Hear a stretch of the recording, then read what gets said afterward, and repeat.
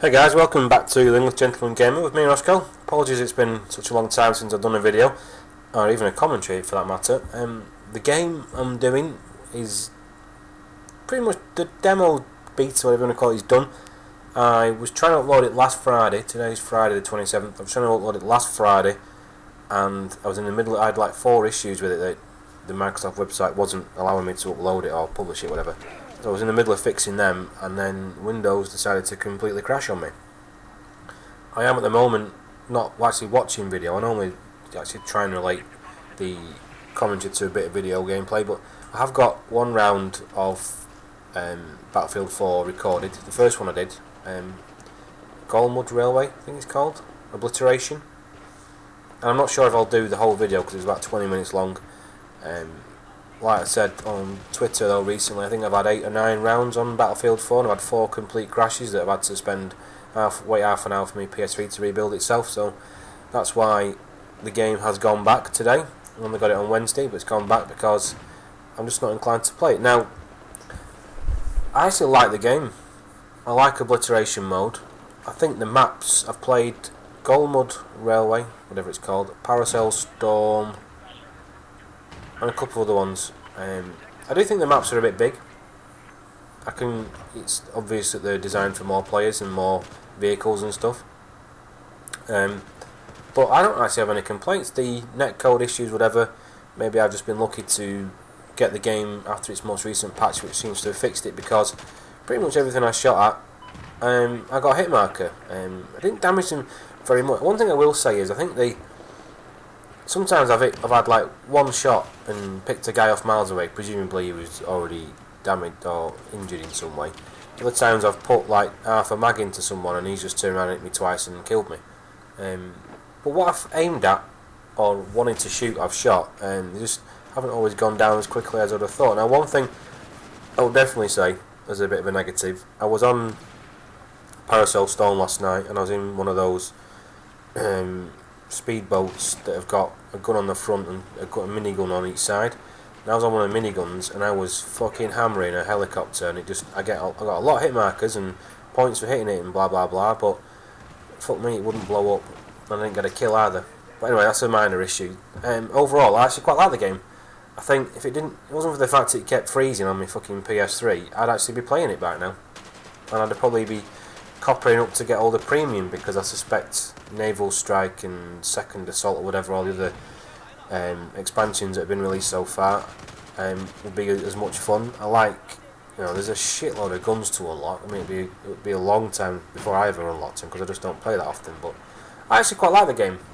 I haven't really got anything negative to say about it tonight. I mean, it has the same kind of graphical issues as Battlefield 3 does on the PS3, in as much as the textures don't always load straight away. I started off on Golmud Railway last night, and the fast attack vehicle that me and one of my squad mates were in was like sunken into the ground, basically. It was going quite slowly for a while. But that's just dice, basically. As far as the freezing issue goes, apparently it can actually damage the hard drive and I could actually lose everything. Not that that's a great disaster, because there's nothing of any value on there, and all my save games are uploaded to the PS Plus thing, but it'd be a bit of a faff if I had to reinstall the operating system, I have to be honest. So that's the reason why I'm getting rid of it. Now, someone pointed out that if you get the digital version, obviously it's being read off the hard drive rather than a disc, and it asks less or demands less of the PS3, so the crashes are a lot less frequent, basically. So that's an option, but it's 40 quid on PlayStation Store still, after 9 months, or whatever it is. I'm not prepared to pay 80 quid for a game I can't... 80 quid, yeah, it'd be 40 quid for the game and 40 quid for premium.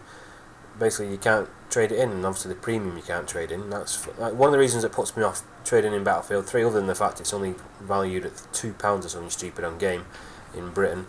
I can't get rid of the premium. I paid 40 quid for that, so I'll keep that. It's same with my FPS collection consists of Bad Company 2 and Battlefield 3, Killzone 2 and 3.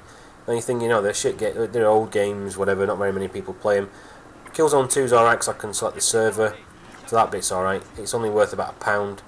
It's not even worth my effort walking up there to get the £1 to trade it in, to be honest. I'd rather keep it and have the occasional punt on it, because there's still 2 or 3 servers fairly full on that every time I go on it, so Anyway, I digress. Battlefield 4, I actually quite liked it. I thought the recoil of the one thing that it took me a long time to get to grips with was the recoil on the weapons going from Bad Company 2 to Battlefield 3. I was all over the fucking place and couldn't buy a kill for weeks on Battlefield 3.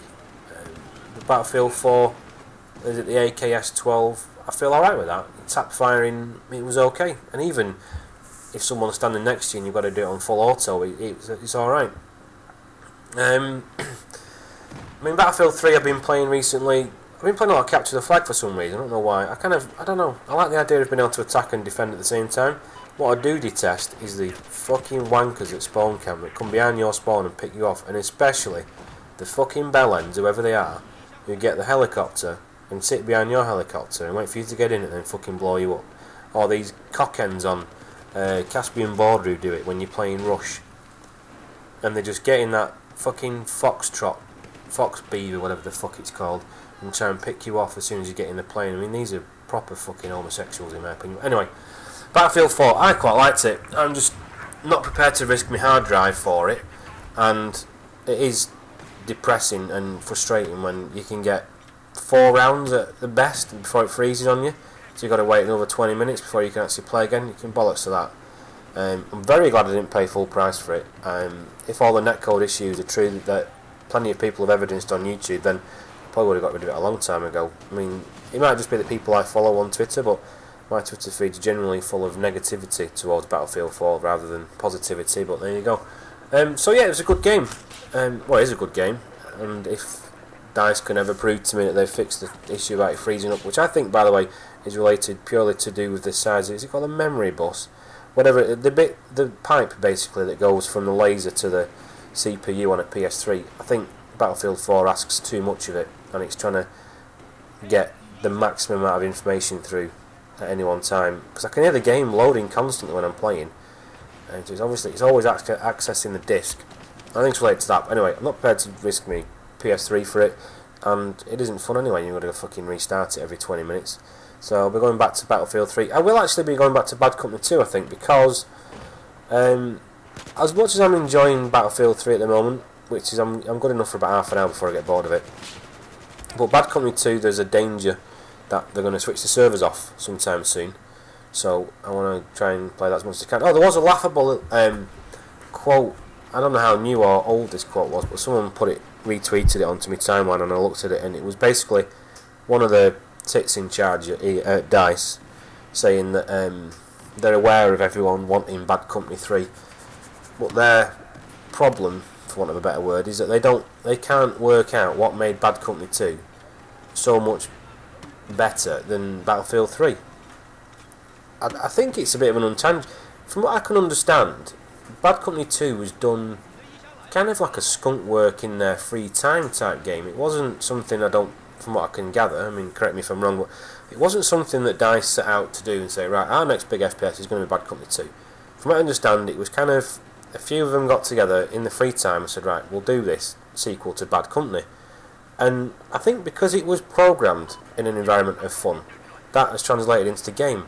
It doesn't take itself too seriously, and it just struck me as amusing that DICE can't put the finger on it. But anyway, Bad Company 3 evidently is on its way. We just don't know when. So I'll look forward to that. But I'll leave it there, guys. So have a good weekend. Take it easy, and I'll catch up with you later. Thanks for watching. Bye.